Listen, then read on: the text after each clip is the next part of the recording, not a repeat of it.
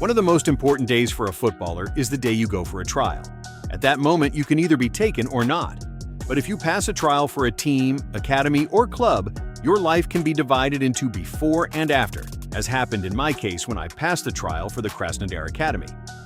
The snow-covered and trampled artificial pitches in my hometown were replaced by dozens of perfectly flat football fields with real grass.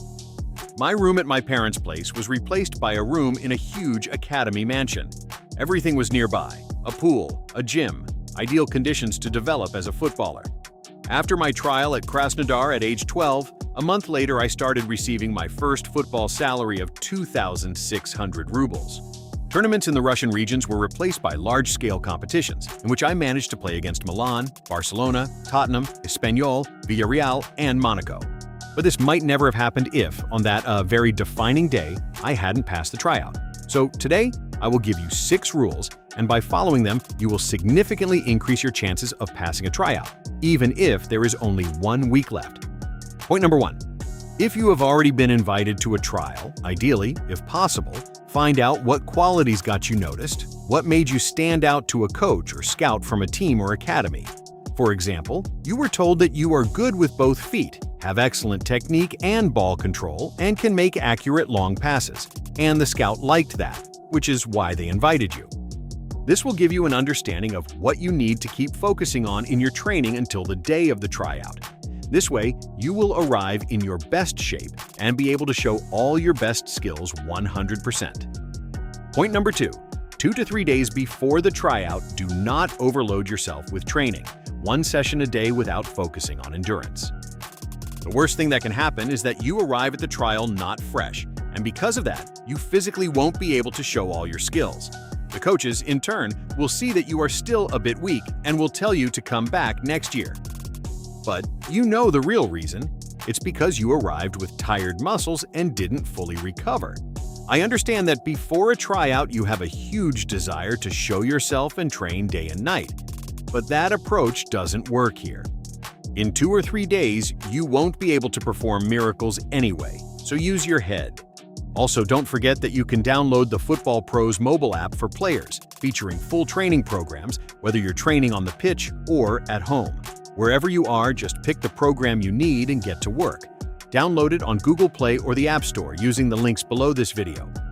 Point number 3. If possible, arrive for the tryout a day early, rather than the day of and going straight to training. There are plenty of examples where players, after 2, 3, or 4 hours of sitting, go straight to a tryout or a game, but cannot show what they can do because their legs feel like lead. And if it is also another region with a different time zone, like it was for me when I came from Omsk to Krasnodar, the time difference was 3 hours. Then in such a situation, passing a tryout becomes 50% harder, because the body needs to more or less adapt to both the time zone and the climatic conditions. This is very important. Following this point will already increase your chances of passing the tryout, because nothing will stop you from showing your 100%. Point number 4. 3 to 4 hours before training or a match, exclude all heavy food. This includes dairy, meat, fish, nuts, pastries, and so on.